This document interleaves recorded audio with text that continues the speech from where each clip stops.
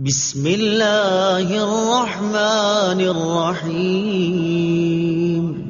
ترجمہ: اللہ کے نام سے شروع جو نہایت مہربان رحمت والا ہے۔ ختم اللہ علی قلوبہم وعلی سمعہم وعلی ابصارہم غشاوہ ولہم عذاب عظیم۔ ترجمہ: اللہ نے ان کے دلوں پر اور ان کے کانوں پر مہر لگا دی ہے اور ان کی آنکھوں پر پردہ پڑا ہوا ہے اور ان کے لیے بہت بڑا عذاب ہے۔ ختم اللہ، اللہ نے مہر لگا دی۔ تفسیر صراط الجنان میں ہے، ارشاد فرمایا کہ ان کافروں کا ایمان سے محروم رہنے کا سبب یہ ہے کہ اللہ تعالیٰ نے ان کے دلوں اور کانوں پر مہر لگا دی ہے، جس کی بنا پر یہ حق سمجھ سکتے ہیں، نہ حق سن سکتے ہیں اور نہ ہی اس سے نفع اٹھا سکتے ہیں، اور ان کی آنکھوں پر پردہ پڑا ہوا ہے، جس کی وجہ سے یہ اللہ تعالیٰ کی آیات اور اس کی وحدانیت کے دلائل دیکھ نہیں سکتے، اور ان کے لیے آخرت میں بہت بڑا عذاب ہے۔ بعض کافر ایمان سے محروم کیوں رہے؟ یہاں یہ بات یاد رکھیں کہ جو کافر ایمان سے محروم رہے ان پر ہدایت کی راہیں شروع سے بند نہ تھی، ورنہ تو وہ اس بات کا بہانہ بنا سکتے تھے، بلکہ اصل یہ ہے کہ ان کے کفر و عناد، سرکشی و بے دینی، حق کی مخالفت اور انبیاء کرام علیہ الصلوۃ والسلام سے عداوت کے انجام کے طور پر ان کے دلوں اور کانوں پر مہر لگی اور آنکھوں پر پردے پڑ گئے۔ یہ ایسے ہی ہے جیسے کوئی شخص طبیب کی مخالفت کرے اور زہر قاتل کھا لے اور اس کے لیے دوا فائدہ مند نہ رہے اور طبیب کہہ دے کہ اب یہ تندرست نہیں ہو سکتا، تو حقیقت میں اس حال تک پہنچانے میں اس آدمی کی اپنی کرتوتوں کا ہاتھ ہے، نہ کہ طبیب کے کہنے کا، لہذا وہ خود ہی ملامت کا مستحق ہے، طبیب پر اعتراض نہیں کر سکتا۔ وَمِنَ النَّاسِ مَن يَقُولُ آمَنَّا بِاللَّهِ وَبِالْيَوْمِ الْآخِرِ وَمَا هُمْ بِمُؤْمِنِينَ۔ ترجمہ: اور کچھ لوگ کہتے ہیں کہ ہم اللہ پر اور آخرت کے دن پر ایمان لے آئے ہیں، حالانکہ وہ ایمان والے نہیں ہیں۔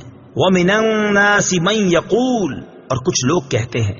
تفسیر صراط الجنان میں ہے، اس سے پہلی آیات میں مخلص ایمان والوں کا ذکر کیا گیا جن کا ظاہر و باطن درست اور سلامت تھا، پھر ان کافروں کا ذکر کیا گیا جو سرکشی اور عناد پر قائم تھے، اور اب یہاں سے لے کر آیت نمبر 20 تک منافقوں کا حال بیان کیا جا رہا ہے، جو کہ اندرون خانہ کافر تھے اور اپنے آپ کو مسلمان ظاہر کرتے تھے۔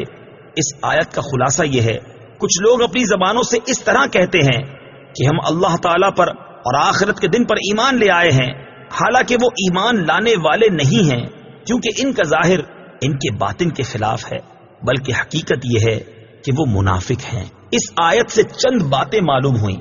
نمبر 1، جب تک دل میں تصدیق نہ ہو اس وقت تک ظاہری اعمال مومن ہونے کے لیے کافی نہیں۔ نمبر 2، جو لوگ ایمان کا دعویٰ کرتے ہیں اور کفر کا اعتقاد رکھتے ہیں سب منافقین ہیں۔ نمبر 3، یہ اسلام اور مسلمانوں کے لیے کھلے کافروں سے زیادہ نقصان دہ ہیں۔ وَمِنَ النَّاسِ، اور کچھ لوگ، تفسیر صراط الجنان میں ہے، منافقوں کو کچھ لوگ کہنے میں اس بات کی طرف اشارہ ہے کہ یہ گروہ بہتر صفات اور انسانی کمالات سے ایسا عاری ہے کہ اس کا ذکر کسی وصف و خوبی کے ساتھ نہیں کیا جاتا، بلکہ یوں کہا جاتا ہے کہ کچھ لوگ ہیں۔ اسی لیے انبیاء کرام علیہ الصلوۃ والسلام کو محض انسان یا صرف بشر کے لفظ سے ذکر کرنے میں ان کے فضائل و کمالات کے انکار کا پہلو نکلتا ہے، لہٰذا اس سے اجتناب لازم ہے۔ اگر آپ قرآن پاک مطالعہ کریں تو معلوم ہوگا کہ انبیاء کرام علیہ الصلوۃ والسلام کو صرف بشر کے لفظ سے ذکر کرنا کفار کا طریقہ ہے، جبکہ مسلمان انبیاء کرام علیہ الصلوۃ والسلام کا تذکرہ عظمت و شان سے کرتے ہیں۔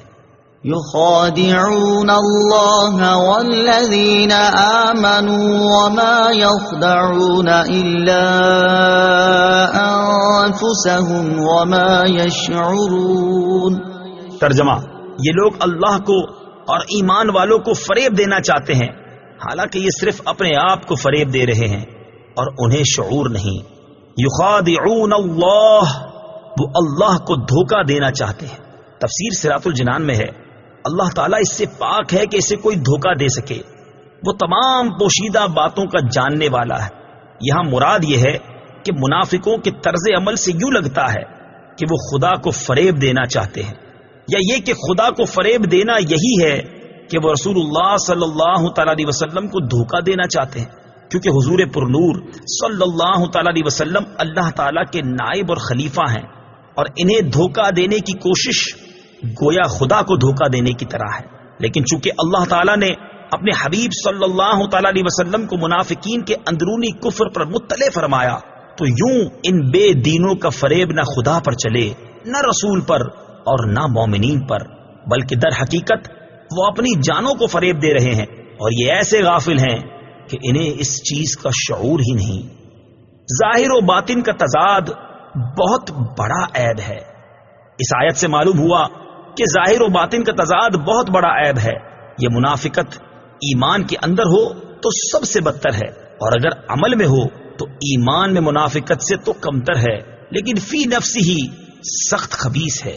جس آدمی کے قول و فعل اور ظاہر و باطن میں تضاد ہوگا تو لوگوں کی نظر میں وہ سخت قابل نفرت ہوگا۔